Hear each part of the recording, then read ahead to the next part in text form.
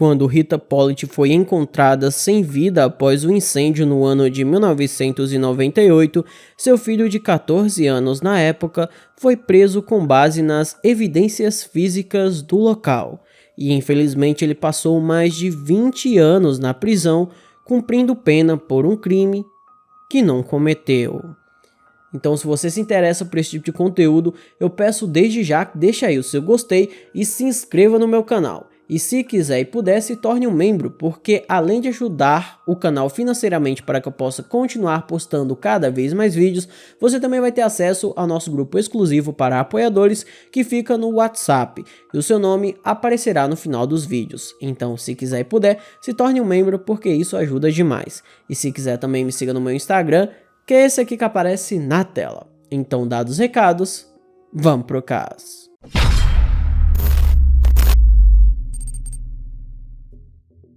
No dia 4 de dezembro de 1998, na cidade de Hopewell, no Missouri, nos Estados Unidos, Rita chegou em casa do trabalho por volta das 23 horas, com comida para seu filho Michael e o amigo dele, Josh, que iria dormir na casa deles naquela noite. Rita e seu ex-marido Ed Pollitt haviam finalizado recentemente o divórcio, e os dois haviam combinado que Michael ficaria na casa de seu pai naquela noite, mas Ed avisou de última hora que só poderia pegar o filho no dia seguinte, e já que não iria mais para a casa do pai, Michael convidou seu amigo para uma festa do pijama. Pouco tempo depois de chegar em casa, Rita disse ao filho que iria para seu quarto dormir. E os meninos, após comerem, entraram no quarto de Michael, ligaram o som e fecharam a porta. E por volta das 6 horas da manhã, Michael acordou sentindo um forte cheiro de fumaça. Ele se virou para Josh, que estava dormindo no chão, e perguntou se ele estava fumando um cigarro, e seu amigo respondeu que não. Então Michael saiu correndo da cama, abriu a porta e viu uma nuvem de fumaça enchendo o corredor. Ele tentou chamar sua mãe, mas não houve resposta, e enquanto os jovens rastejavam tentando chegar à saída, Michael parou na porta do quarto da mãe e viu o corpo dela em chamas. Porém, ele notou que os pés dela estavam sujos de sangue. Michael e seu amigo tentaram apagar o incêndio usando uma mangueira de jardim, porém isso foi ineficaz, e ao perceberem que já não tinha mais nada que pudessem fazer por Rita, eles correram até a casa de um vizinho e ligaram para o 911. Os investigadores vasculharam a cena do crime em busca de pistas e encontraram sangue no interruptor de luz perto do quarto de Rita, além de algumas gotas em seu lençol e seu corpo queimado que estava na cama.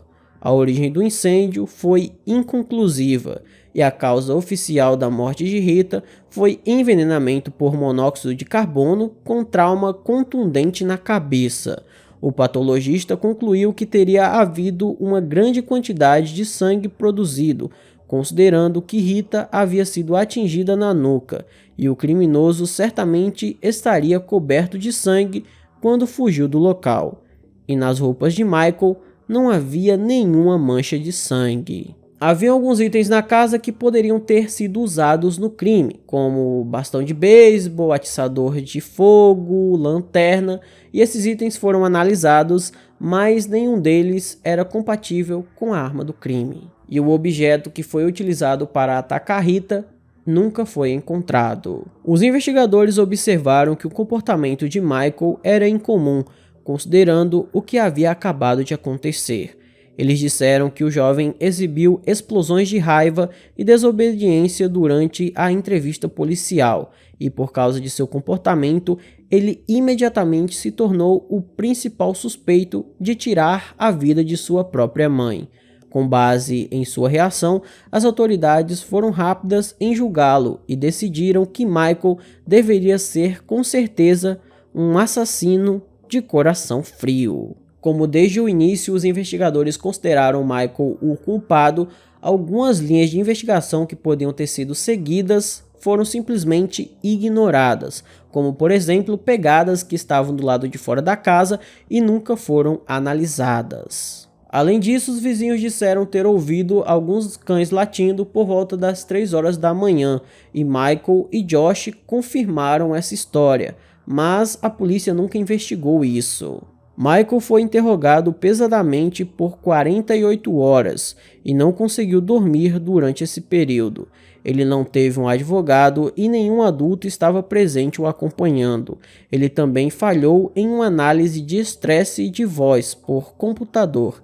Esse teste extremamente duvidoso foi realizado apenas 6 horas depois que o menino descobriu o corpo de sua mãe, e sem surpresa nenhuma, altos níveis de estresse foram detectados. E inicialmente, testes laboratoriais forenses confirmaram a presença de gasolina nos sapatos de Michael.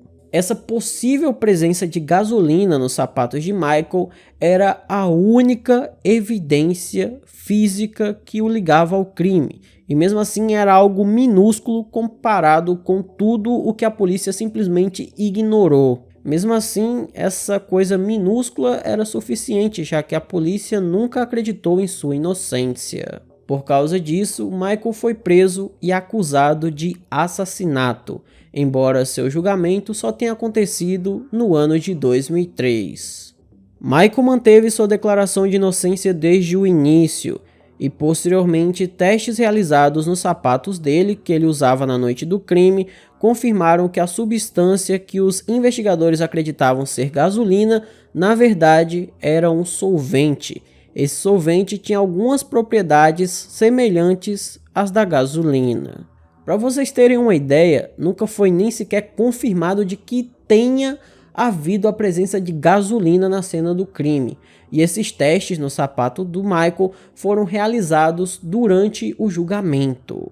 Os investigadores, o juiz, o júri, todo mundo sabia que aquela alegação de ter gasolina nos sapatos de Michael era uma alegação errônea. Mesmo assim, ele por fim foi condenado com base em alegações erradas, em provas que simplesmente estavam erradas.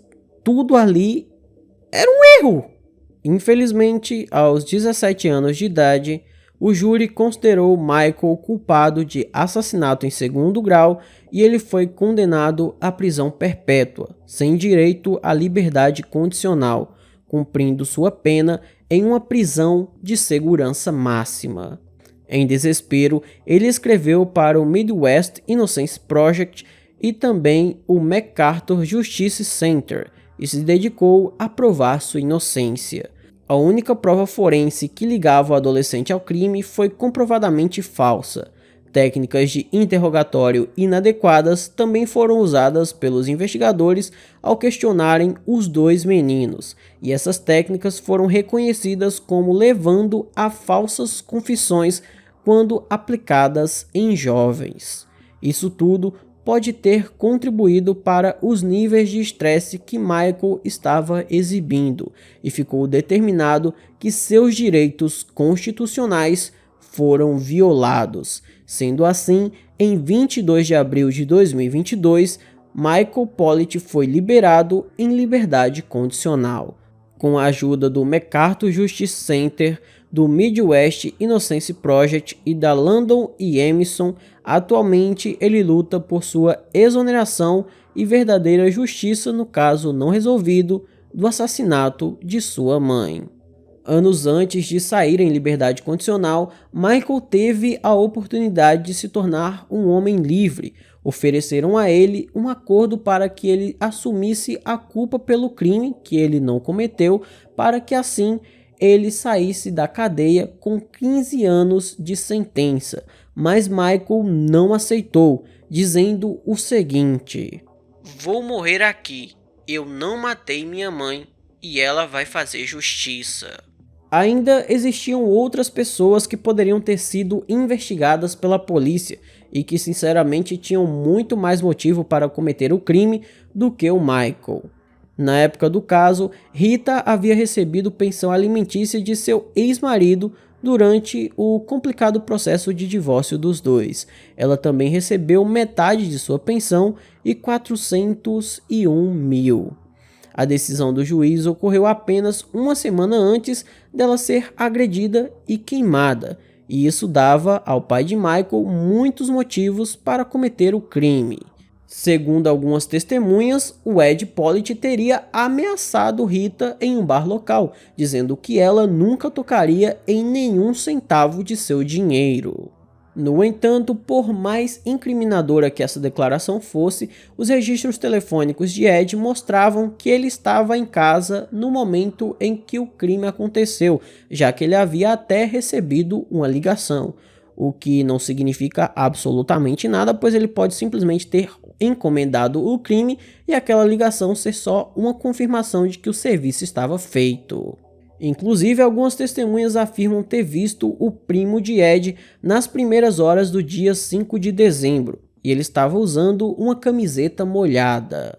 Outra testemunha afirmou ter visto a caminhonete do primo de Ed estacionada nas proximidades, mas infelizmente tudo isso foi ignorado pela polícia.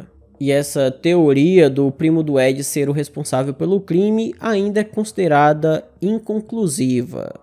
A acusação original de culpa de Michael atualmente é mantida pelo tribunal, o que significa que ele ainda é legalmente considerado o assassino de sua mãe.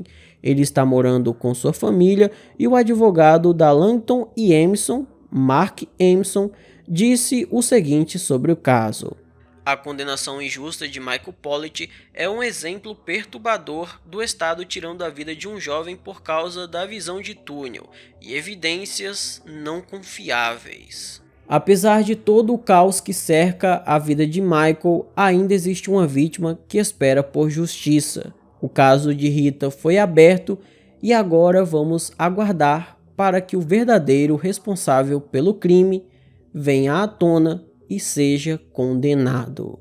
Então esse foi o vídeo de hoje, espero imensamente que vocês tenham gostado da forma como narra os casos e nunca do que acontece. Se você gostou, eu peço que deixe um like, se inscreva no canal, mande para todos os seus amigos, me siga nas minhas redes sociais. Agora vamos ver os nomes dos membros do canal.